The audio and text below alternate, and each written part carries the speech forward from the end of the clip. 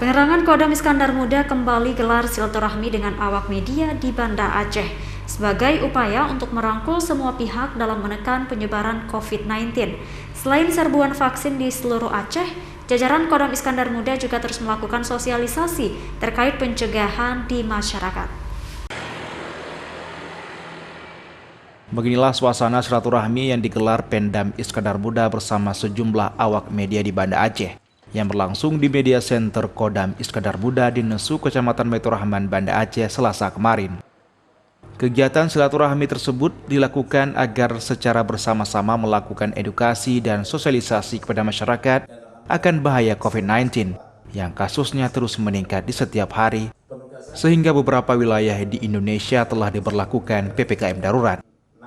Untuk menekan penyebaran COVID-19 butuh peran semua pihak, mulai dari TNI Polri serta semua pihak, agar terus berupaya untuk memberikan edukasi dan sosialisasi protokol kesehatan kepada warga dari berbagai kelompok sasaran di seluruh Aceh, termasuk dengan melibatkan peran media.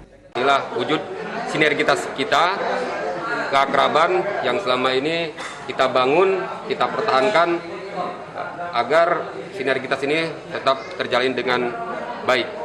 Kodam, pemerintah daerah, Forkopimda tidak bisa bekerja sendiri.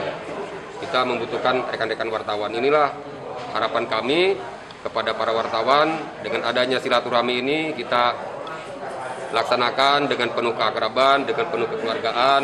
Kalau untuk penekan COVID saya kira sudah ada sekarang instruksi Mendagri nomor 31 dan 32 bagaimana itu PPKM, kemudian level-levelnya juga sudah ada, tinggal kita sosialisasikan saja.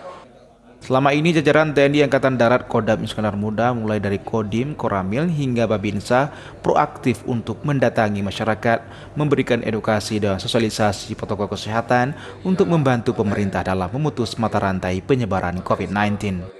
Selain edukasi dan sosialisasi, hingga melaksanakan razia prokes untuk menekan penyebaran COVID-19 di Aceh yang kini menunjukkan tren meningkat.